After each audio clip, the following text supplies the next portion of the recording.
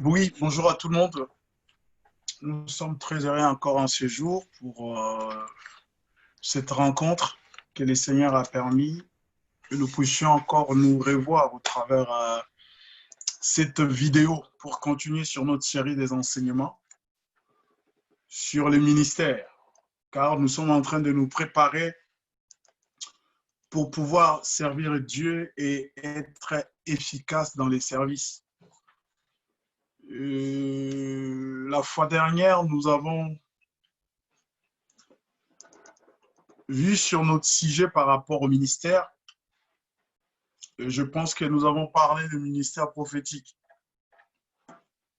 Si j'ai une bonne mémoire, je vérifie quand même.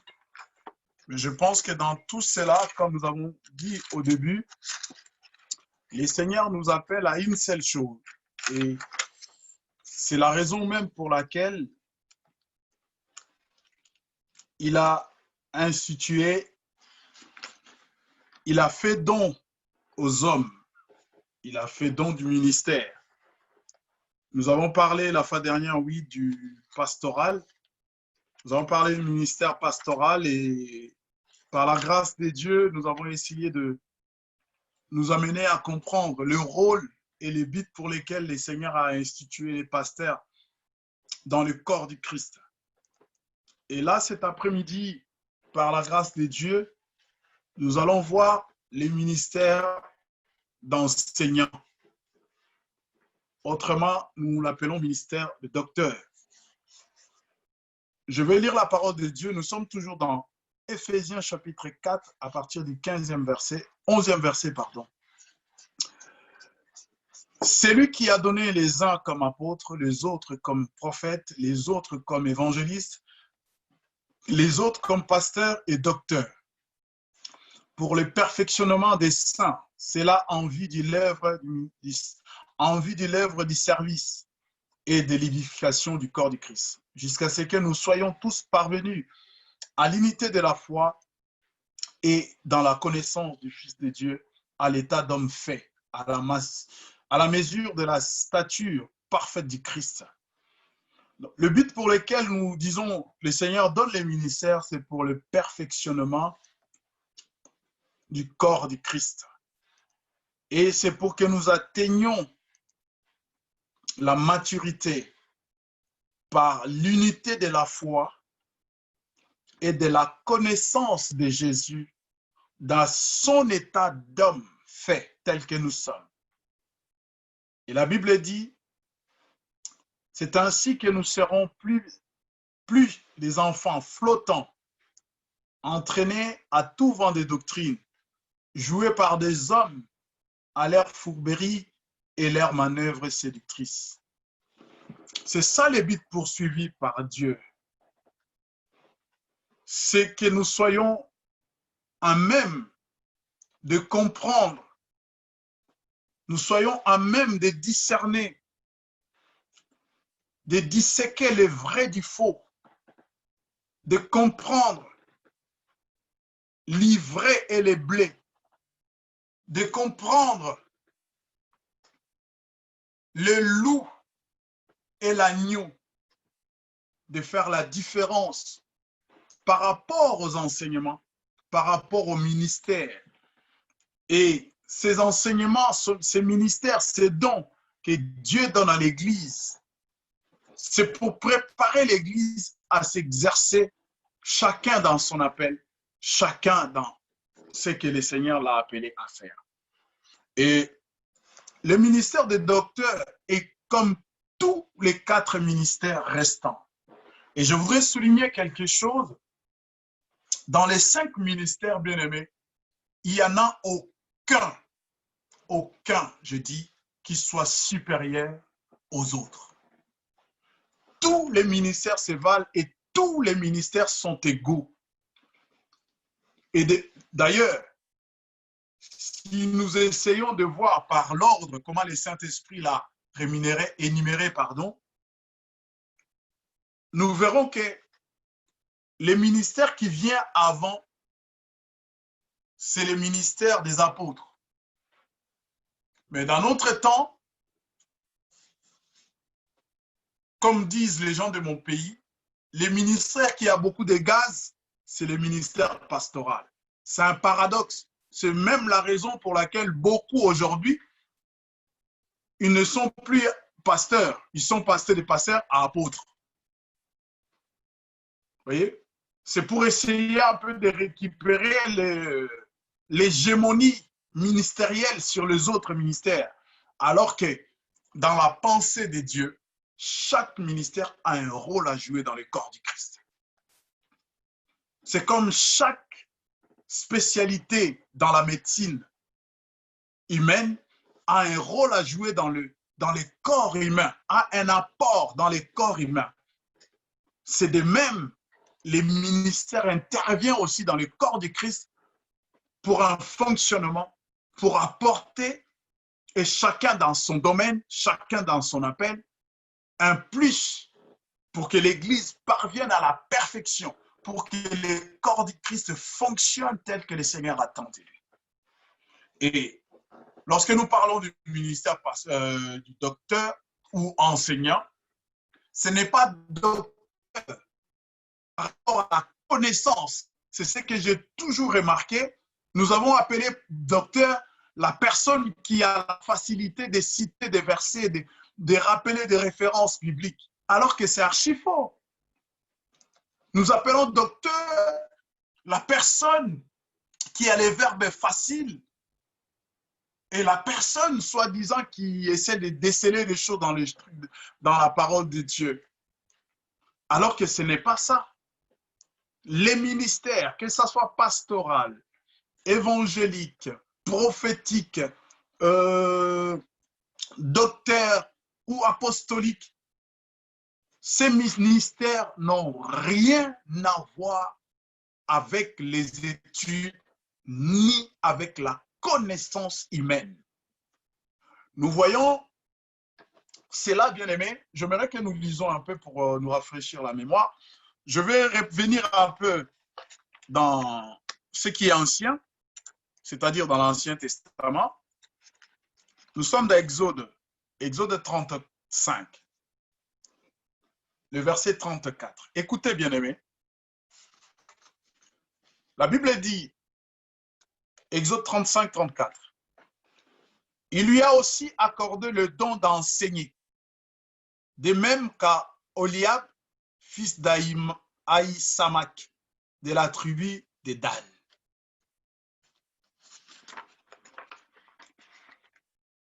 Nous voyons, bien aimé, lorsque Dieu donne les instructions à Moïse pour la construction du tabernacle, et pour que le travail s'exécute comme Dieu attend que cela soit fait, Dieu donne des grâces, des dons, des capacités aux ouvriers pour qu'ils exécutent son œuvre. Et nous avons dit, lorsque nous avons étudié les tabernacles, nous avons dit que les tabernacles est l'image du Christ. Les tabernacles, par l'arche qui symbolisait la présence de Dieu, était un modèle de culte que les enfants d'Israël devraient rendre à Dieu. Et pour que cela soit fait à la perfection et que le peuple comprenne et que le peuple fasse comme Dieu attend d'eux, Dieu a donné à un homme, il a accordé ou donné les dons d'enseigner. Vous voyez, dans le corps du Christ, dans une assemblée, le ministère d'enseignement est très important. Je ne parle pas des enseignements du genre combat spirituel et tout. Je ne parle pas de ça. Je parle des enseignements, de la parole de Dieu. Je ne parle pas, d'ailleurs dans la Bible, on ne voit aucun ministère de combat ou ministère de délivrance. Il n'y en a pas. Dans la parole de Dieu, il n'y en a pas. Par contre, il y a un verset qui dit « Voici les miracles qui accompagneront ceux qui auront cru à mon nom. » Tout enfant de Dieu qui a reçu Jésus comme Seigneur et Sauveur, et qui croit au nom de Jésus a le pouvoir et l'autorité de dire aux démons de sortir et de partir et ils vont l'exécuter. Et ce pouvoir ne vient pas de lui, ce pouvoir nous émane de Jésus. Lorsqu'il revient de la crucifixion, il apparaît aux disciples. Il dit, tout pouvoir m'a été donné. Et lorsqu'il fait cette déclaration, il nous substitue, il nous accorde ce pouvoir étant que ses enfants pour que nous puissions continuer à faire son travail. Parenthèse fermée. Et Dieu donne un don à un homme pour enseigner. Même dans l'Ancien Testament, bien-aimé, le peuple de Dieu avait besoin d'enseignement. Pas n'importe quel enseignement, bien sûr. Et cet enseignement était par rapport au travail et au service que Dieu attendait des enfants d'Israël. Nous revenons dans les Écritures, dans le Nouveau Testament. Je disais, le don ou le ministère, pas le don, le ministère d'enseignement, premièrement, est un don. Quand je parle de don, ce n'est pas de 9 dons. Je parle de dons parce que c'est Dieu qui l'a donné sans le consentement de personne. Il a donné dans sa volonté, il a donné dans sa souveraineté. Et les ministères, que ce soit 5 ministères comme les 9 dons, Dieu les donne à qui il veut. Il les donne aux blancs, il les donne aux jaunes, il les donne aux noirs, il les donne aux rouges, il les donne aux belles, il les donne aux moches, il les donne. Dieu les donne à qui il veut. Il donne aux illettrés, il donne aux lettrés, il donne à qui il veut. Ce n'est pas une mérite. Ça, il faut le noter. C'est un don que Dieu donne à quelqu'un pour pouvoir enseigner l'Église des mystères, la doctrine, pour pouvoir enseigner l'Église en ce qui concerne les mystères, la doctrine, les choses difficiles que la chair ne peut comprendre, que la chair ne peut comprendre, que l'être humain ne peut comprendre. Voilà le but pour lequel Dieu donne les ministères d'enseignants.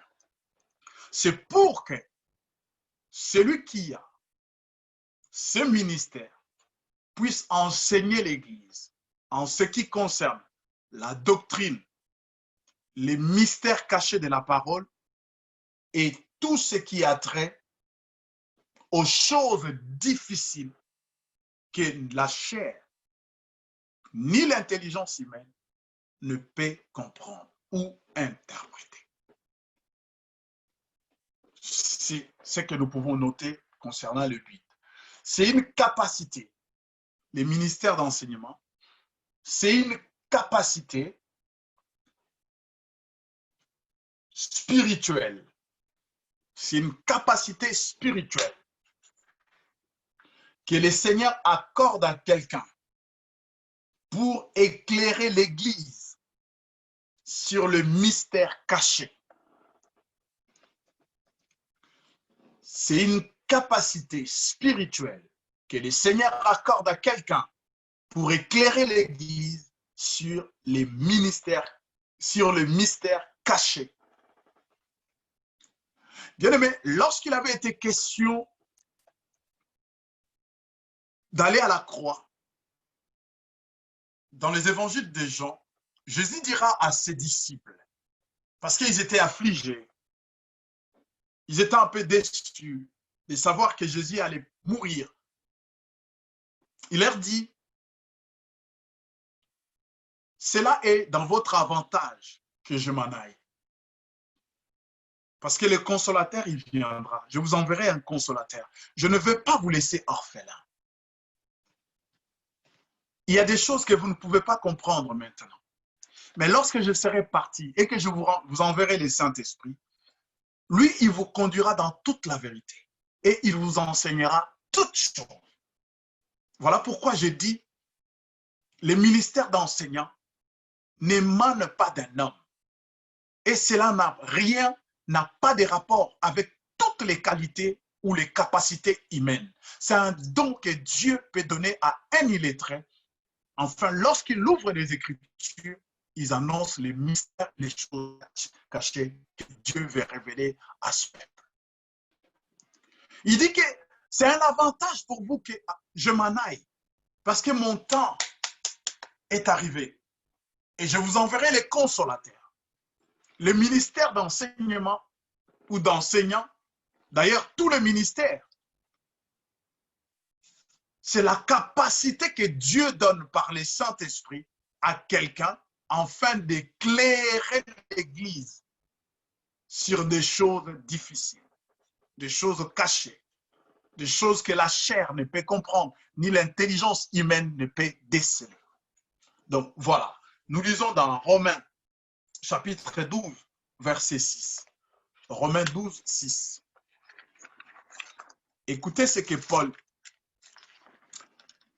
Romains 12, 6 à 8. Je lis la parole de Dieu. Mais nous avons des dons différents selon la grâce qui nous a été accordée. Si c'est la prophétie, que ce soit en accord avec la foi. Si c'est les diaconats, que ce soit dans un esprit de service. Que celui qui enseigne s'attache à l'enseignement. Que celui qui exhorte à l'exhortation. Que celui qui donne les fasse avec simplicité. Celui qui préside avec empressement. Celui qui exerce la miséricorde avec joie. Ce qui a attiré mon attention, c'est mais nous avons des dons.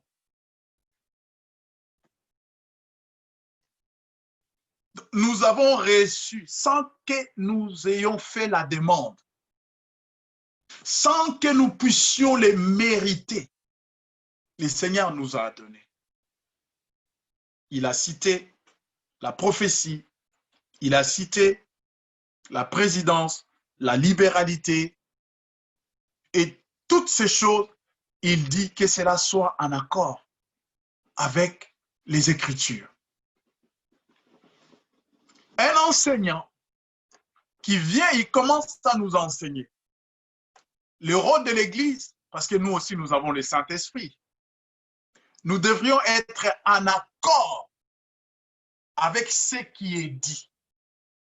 Et le Saint-Esprit qui est en nous, lorsque l'enseignant dit des choses pour éclairer notre lanterne, le Saint-Esprit qui est en nous doit commencer à tressaillir pour confirmer ce que l'homme de Dieu dit.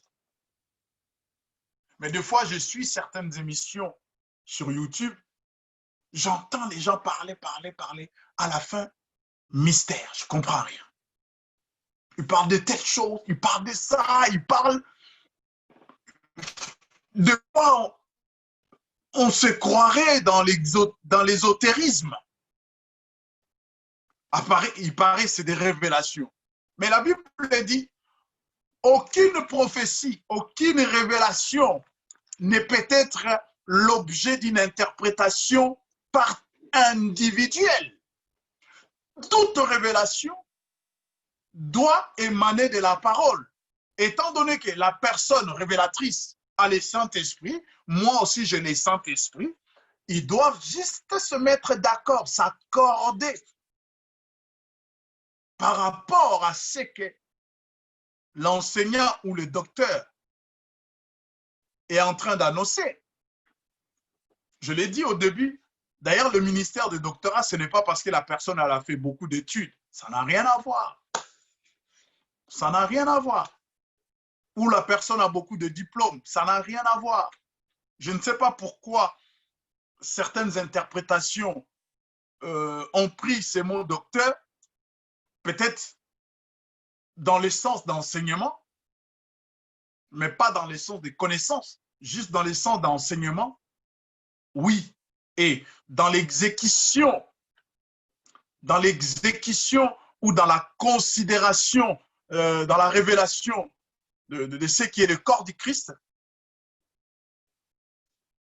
Un docteur est celui qui apporte les soins lorsque l'Église est malade. C'est-à-dire, il amène ce dont l'Église a besoin pour guérir, ce dont l'Église a besoin pour marcher dans la droiture. Voilà, même les 4 ministères, leur rôle, c'est ça. Ils travaillent comme le corps médical qui travaille sur un corps. Que le corps soit malade ou pas, des fois, nous avons besoin d'aller consulter. Des fois, nous avons besoin de prendre médicaments parce que non, je me sens faible, j'ai des fatigues un peu occasionnelles. Je vais chercher des vitamines, je vais chercher des compléments alimentaires. Des fois, j'ai mal au ventre, des fois, j'ai mal à la tête, des fois, il me faut une intervention chirurgicale. C'est comme cela aussi que le ministère intervient dans le corps du Christ. Parenthèse fermée. Je disais, bien aimé, selon ce que Romain il nous dit, lisons encore 1 Corinthiens 2, 13. Qu'est-ce que la Bible dit? Dans 1 Corinthiens 2, 13.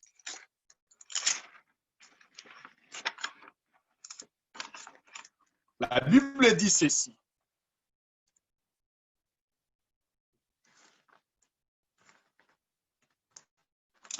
Et nous en parlons avec discours qu'enseigne la sagesse humaine,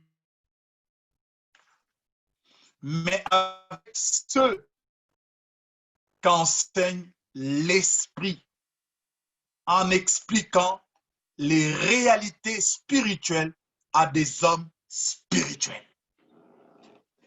C'est ce que je vous ai dit. Lorsque tu nous expliques, soi-disant les révélations ou les mystères, cela doit concilier, doit se marier avec ce que l'esprit qui est en nous attend que nous puissions recevoir de toi. Cela n'est pas le fruit d'une intelligence, d'une philosophie humaine. Cela est une révélation émanant de Dieu pour nous révéler des choses cachées, pour nous révéler des choses spirituelles. D'ailleurs, lorsque vous lisez la parole de Dieu dans le livre de Jean, la Bible dit,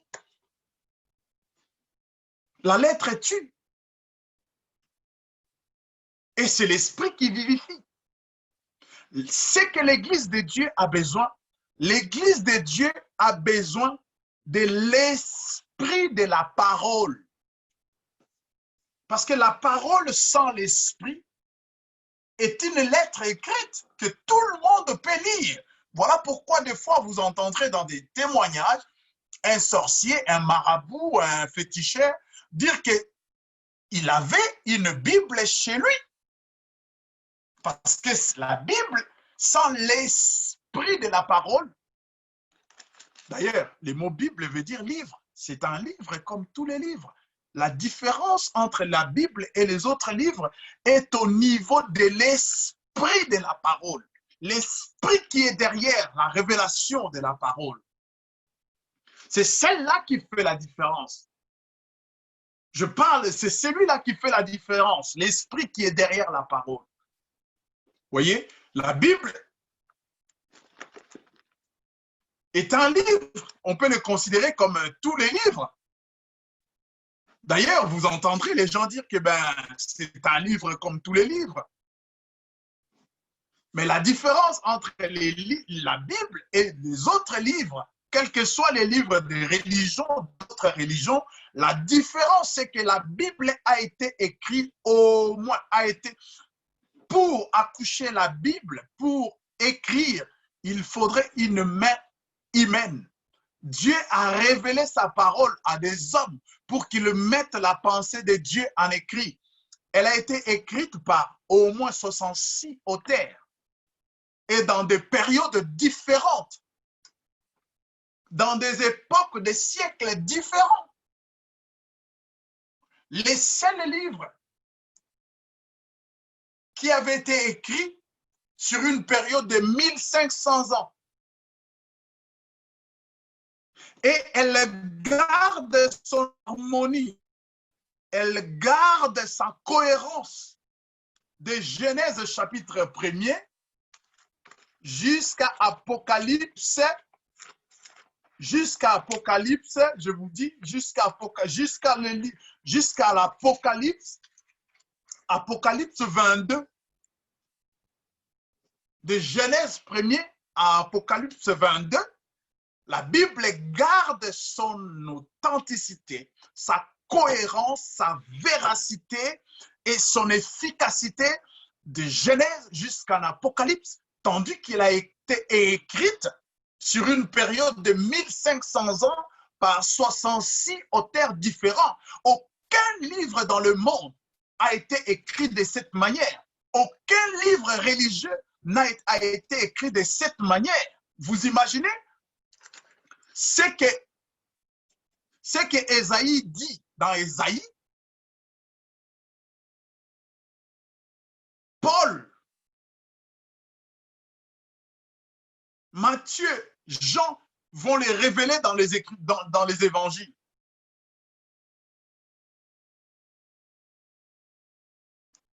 Ésaïe l'a prophétisé des milliers d'années avant. Et les évangélistes nous racontent, la jeune fille sera enceinte, elle enfantera un fils qu'on donnera le nom de Dieu. Et lorsque Jésus vient, il rentre dans les temples. Ésaïe l'avait prophétisé. Jésus arrive dans Luc 4. Il dit, l'Esprit du Seigneur est sur moi, car il m'a oint. L'accomplissement de ce qu'il avait dit, il l'accomplit à sa personne.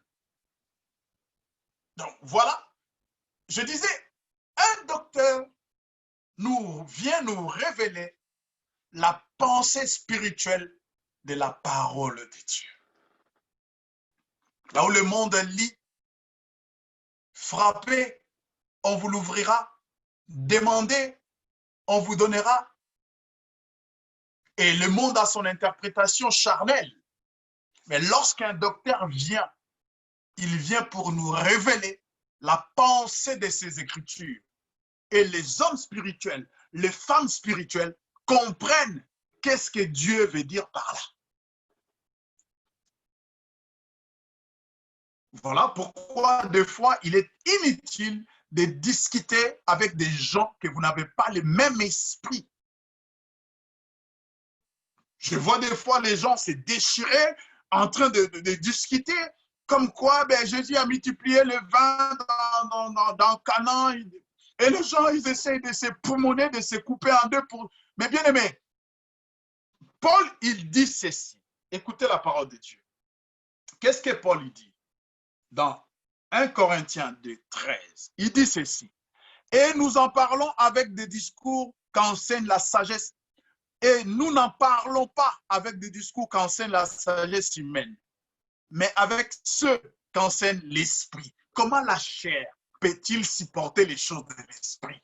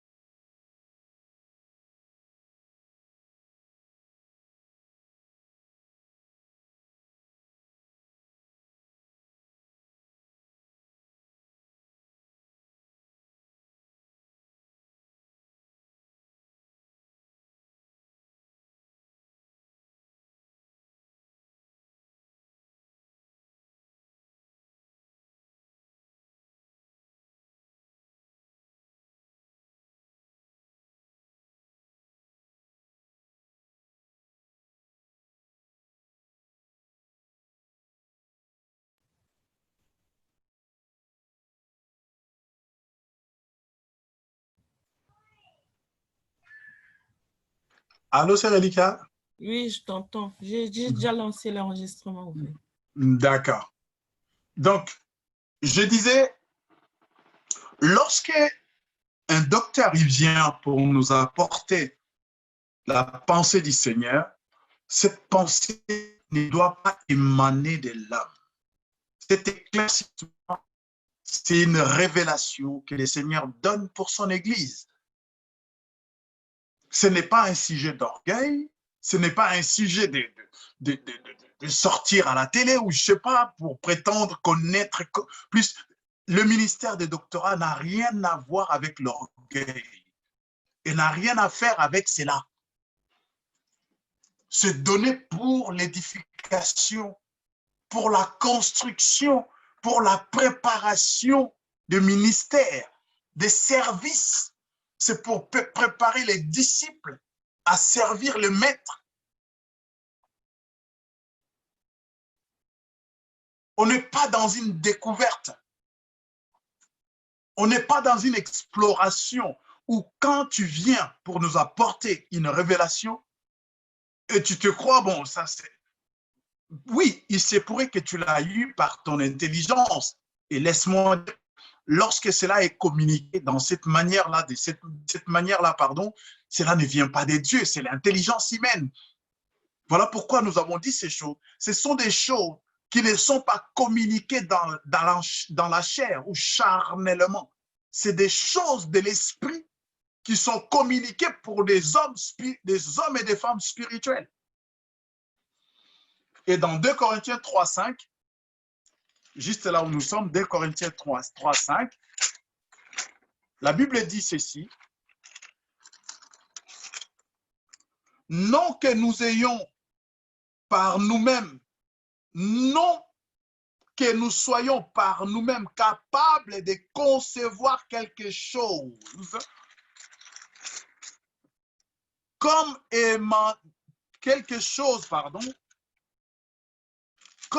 venant, non que nous soyons capables de concevoir quelque chose comme venant de nous-mêmes, mais notre capacité vient de Dieu.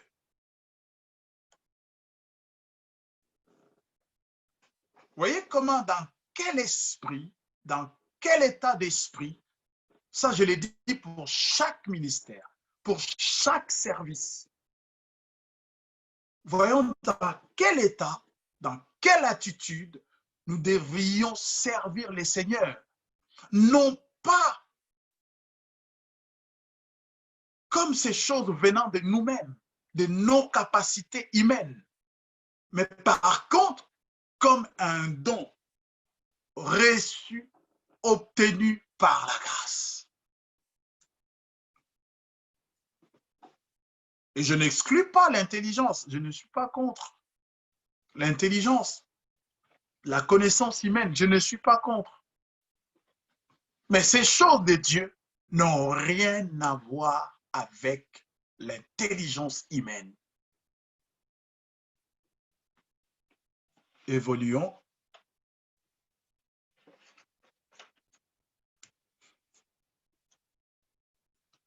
Jésus avait l'habitude d'enseigner lui-même. Le maître lui-même, il avait l'habitude d'enseigner. Et nous disons qu'en Jésus, étant qu'homme, comme la Bible dit, que nous puissions arriver à connaître le Fils de l'homme dans son état d'homme fait et à atteindre sa stature parfaite. Jésus, dans toute sa divinité et dans toute son humanité, il avait les 5 ministères. Parce que c'est lui qui a les sacerdoces royales. Et il avait l'habitude d'enseigner. Nous lisons cela dans Luc chapitre 24, au verset 32. Il nous donne cette recommandation d'aller enseigner. Parce que lui-même était un enseignant. Et nous avons dit que cela émane de l'action du Saint-Esprit. Dans Jean 14, 26. Je vais lire Jean 14, 26.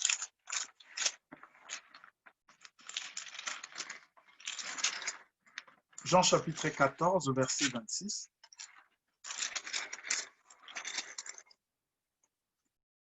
Mais les consolateurs, le Saint-Esprit que le Père enverra en mon nom, c'est lui qui vous enseignera toutes choses et vous rappellera tout ce que moi je vous ai dit. C'est le Saint-Esprit. Lorsqu'il chemine avec les disciples d'Emmaüs, ils avaient entendu la parole, sauf qu'ils étaient dans l'oubli, dans la déception, dans le découragement. Et lorsque le Seigneur les enseigne, la Bible dit, il les enseigna les Écritures, commençant par Moïse. Et dans ces enseignements, dans ce que le Seigneur leur disait, cela a concilié, cela a touché, a rencontré déjà la sémence de la parole qui était en eux. Et cela a fait jaillir une réaction autre que le découragement.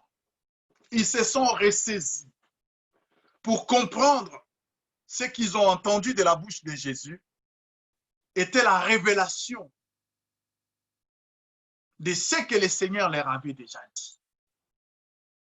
Voilà pourquoi ce ministère est très important dans le corps du Christ, pour nous rappeler, nous ramener à la bonne doctrine, à la bonne parole. Et dites-vous, je veux dire encore quelque chose, tout ce que le Seigneur nous dit reste en nous. Parce que sa parole ne passe pas. La Bible dit, elle est comme la pluie. Tout ce que Dieu, le Seigneur nous dit, reste en nous. Voyons pourquoi un jour, vous allez vous retrouver en train de faire ce que vous avez déjà entendu. Pourquoi? Parce que ça reste en nous. Et la Bible dit, lorsqu'on jette un grain ou une graine à terre, c'est là, si elle ne meurt pas, elle ne peut porter des fruits. C'est ça la parole. L'image que le Seigneur a pris pour illustrer la parole. Lorsque la parole entre en nous, nous ne la laissons pas mourir en nous, elle reste stérile. Et le jour où le docteur vient pour nous rappeler ces choses, et si nous la recevons comme la révélation de ce que nous connaissons, la révélation de ce que nous avons entendu, sans tout pour autant comprendre, cela produit en nous une sémence. Et de même, bien-aimés, tout le monde n'est pas enseignant. Même si tu arrives à citer la parole de Dieu, les yeux fermés, les références exactes, les phrases, les mots, les virgules, les points, cela ne fait pas de toi un enseignant. Un enseignant est celui qui est investi de cette onction, de cette grâce pour enseigner l'Église. Un enseignant, il peut enseigner les nuls, les choses difficiles de la parole. Et ces nuls comprendre ces choses comme s'ils avaient été à l'école. C'est une grâce que Dieu donne pour éveiller, pour réveiller, pour donner la révélation de sa pensée à son peuple. Jacques chapitre 3, verset 1. Qu'est-ce que Jacques nous dit? Lisons la parole. Jacques dit ceci. Jacques chapitre 1.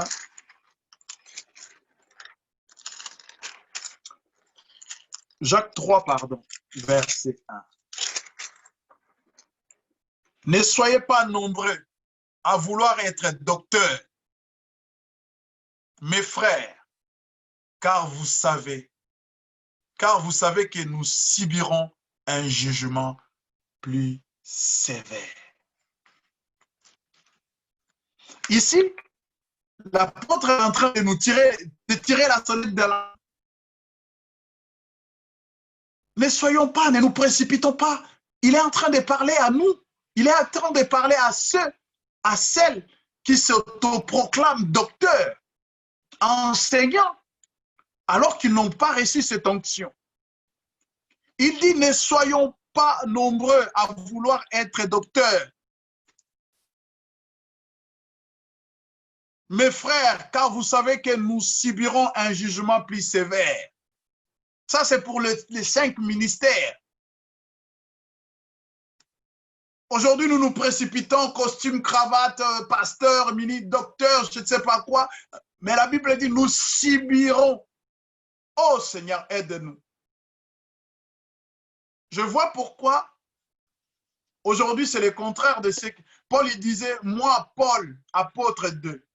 Moi, Paul. Il commençait toujours par son nom ou son prénom. Mais aujourd'hui, chez nous, c'est le contraire. Moi, c'est pasteur moi, c'est pasteur Mais Paul, il commence toujours par moi, Paul.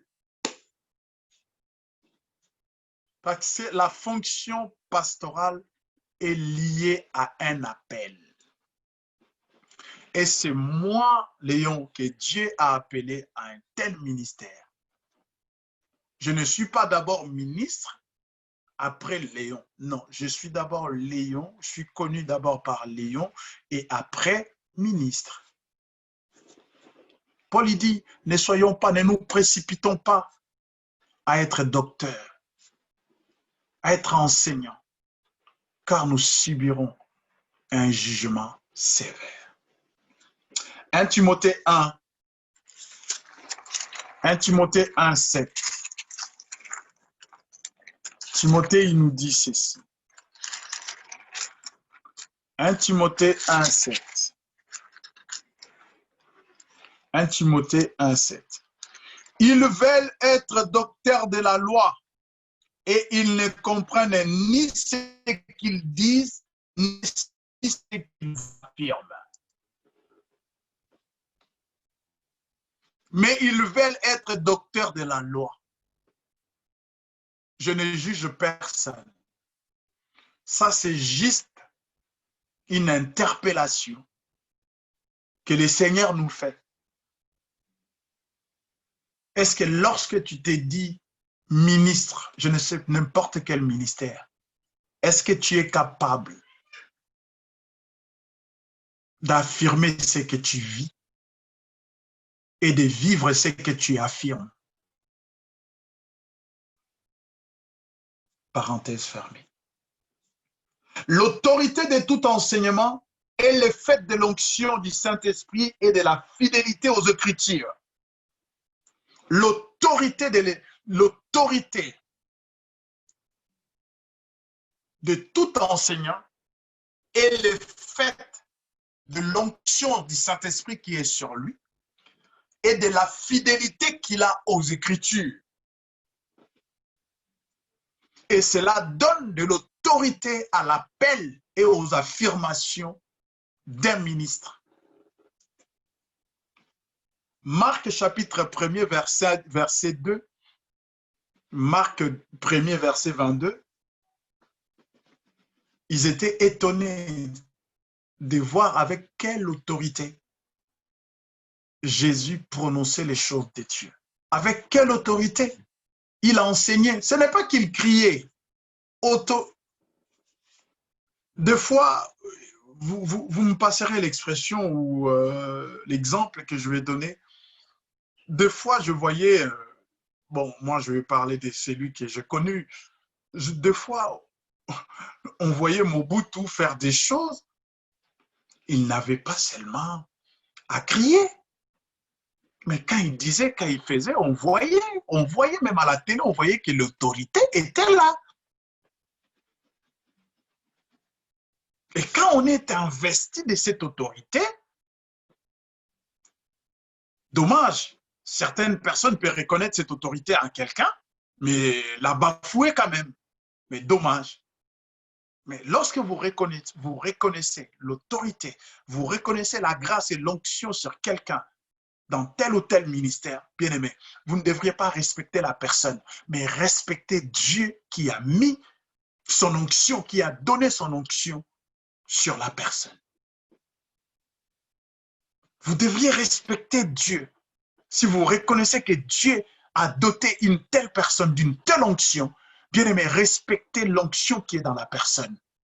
Même si vous bafouez la personne, mais si dans votre fort intérieur, vous reconnaissez que cet homme, cette femme a un appel, a une onction, a une capacité que Dieu lui a donnée, reconnaissez seulement cela comme venant de Dieu. Faites attention, cela peut être suivi des malédictions parce que c'est des actes de désobéissance. On désobéit, on déconsidère ce que Dieu a considéré. On déconsidère ce que Dieu a fait, ce que Dieu a dit. Et lorsque Timothée nous parle, lorsque les gens sont venus voir Jésus, ils étaient étonnés de le voir dans un tel état, à son âge. Je ne pense pas que Jésus il criait, il bondissait, mais il parlait comme ayant autorité. C'est-à-dire qu'il avait reçu l'onction dans des choses qu'il affirmait, dans ce qu'il disait, il y avait l'onction. Bien aimé, l'onction, je ne parle pas du fait de crier, d'entrer en transe. Je parle lorsque tu parles, les cœurs sont touchés, les cœurs sont affermis, les vies sont changées, les gens se donnent à Christ. Je parle de cette autorité.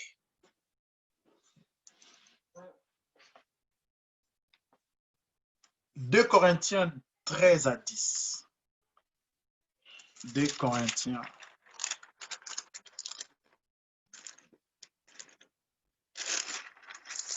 Nous allons lire cela pour aller un peu plus loin.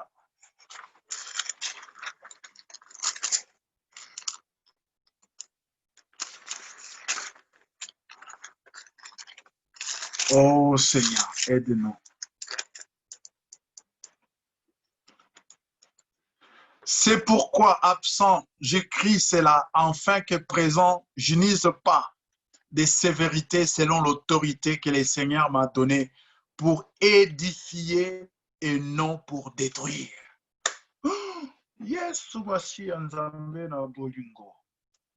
Jésus-Christ, Dieu d'amour. Est-ce que moi, étant que pasteur, évangéliste, docteur, prophète, enseignant, je peux prendre et faire de ces versets une référence? Écoutez ce que l'apôtre dit. C'est pourquoi, absent, j'écris cela enfin, qu'à présent, je n'use pas de sévérité, selon l'autorité que le Seigneur m'a donnée, pour édifier et non pour détruire.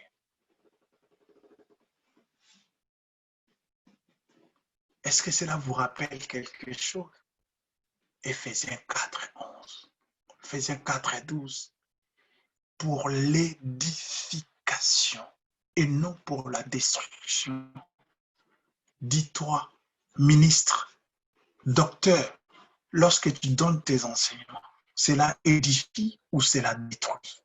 Lorsque tu passes à la télé, toi étant que serviteur de Dieu, est-ce que tu détruis ou tu construis? Lorsque tu es à part dans ton bureau avec un frère, avec une sœur, est-ce que tu construis ou tu détruis?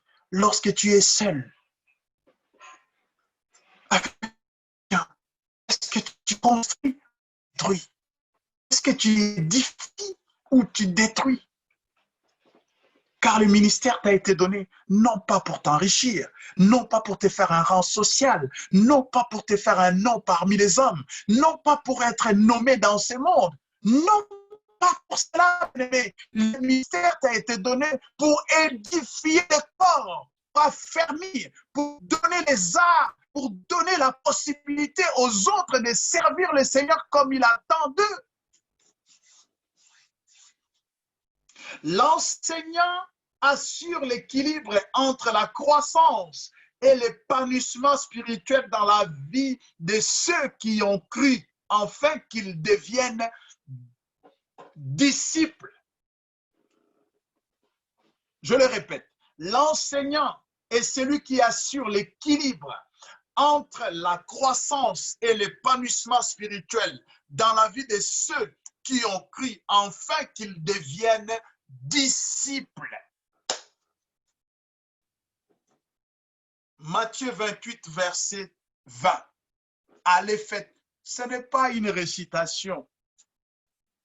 Allez, faites de toutes les nations les disciples. Baptisez-les au nom du Père, du Fils et du Saint-Esprit. Enseignez-les à observer tout ce que je vous ai prescrit. Qu'est-ce que le Seigneur t'a prescrit dans ton ordre de mission?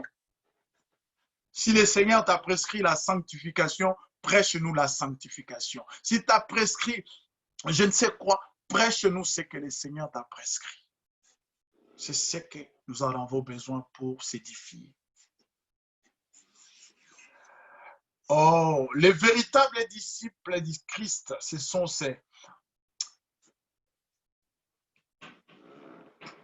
le docteur ou l'enseignant est celui qui nous enseigne l'attachement à la vraie parole, à la vraie doctrine, aux véritables choses de Dieu. Tite chapitre 1er, verset 9.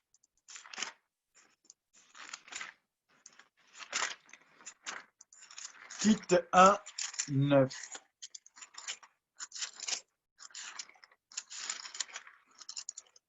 La Bible dit ceci, bien-aimé. Excusez-moi.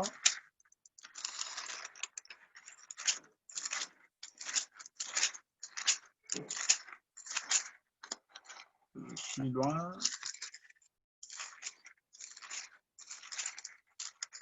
Écoutez ce que la Bible nous dit.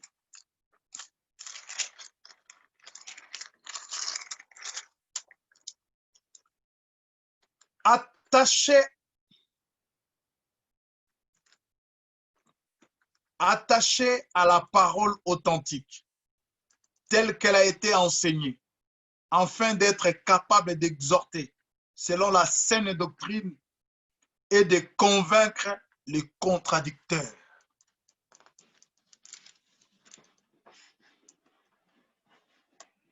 Ici, lorsque Paul parle à Tite pour organiser l'Église, il dit ceci. Il ne dit pas que, je vais remonter un peu, bien-aimé, au verset 7. Écoutez ce que Paul dit. Je l'ai dit pour les cinq ministères, au verset 7. Il faut en effet que l'évêque soit irréprochable. Il ne faut pas que l'évêque, que tu prends seulement ce titre évêque, te promener avec, c'est comme si ça descendait du ciel, évêque. C'est comme si, je ne sais pas. Il faut que tu sois d'abord irréprochable. Il faut que tu sois comme intendant de Dieu. Il ne faut pas que tu sois comme ministre. Premièrement, il faut que tu sois comme intendant. C'est lui qui gère les choses de Dieu. C'est lui qui veille. C'est lui qui garde. L'évêque, c'est un surveillant. C'est un berger. Qu'il ne soit ni arrogant. À vous, avec vos églises congolaises, africaines, c'est de l'orgueil. Vous, avec vos églises lingalalisées, là, vous, avec vos blédards, c'est de l'orgueil. Croyez-vous vraiment que Dieu n'a pas besoin de ces blédards-là? Dieu n'a pas besoin de sauver ces Africains-là, même avec leurs églises ethniques. Dieu n'a pas besoin de les sauver. Et si c'était Jésus à ta place, Jésus aurait dit la même chose.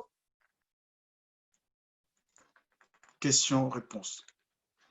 Ni coléreux, ni donné au vin, ni violent, ni après au gain, mais qu'il le soit.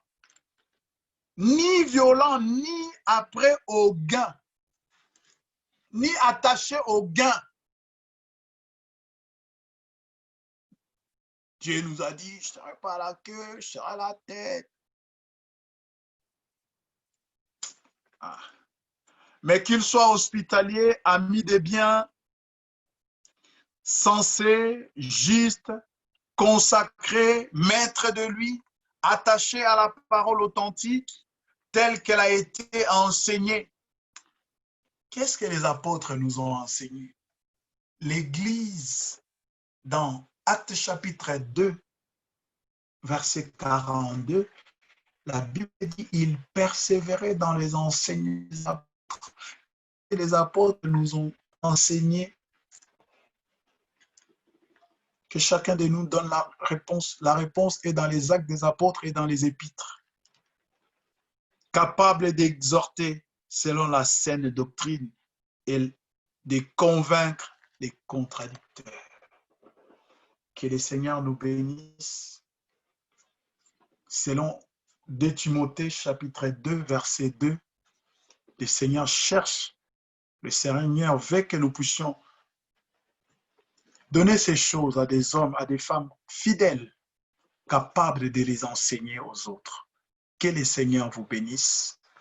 Restez bénis, attachés au Seigneur, persévérants, parce que vous êtes plus que vainqueurs par celui qui vous a aimé. Que Dieu vous bénisse. Amen.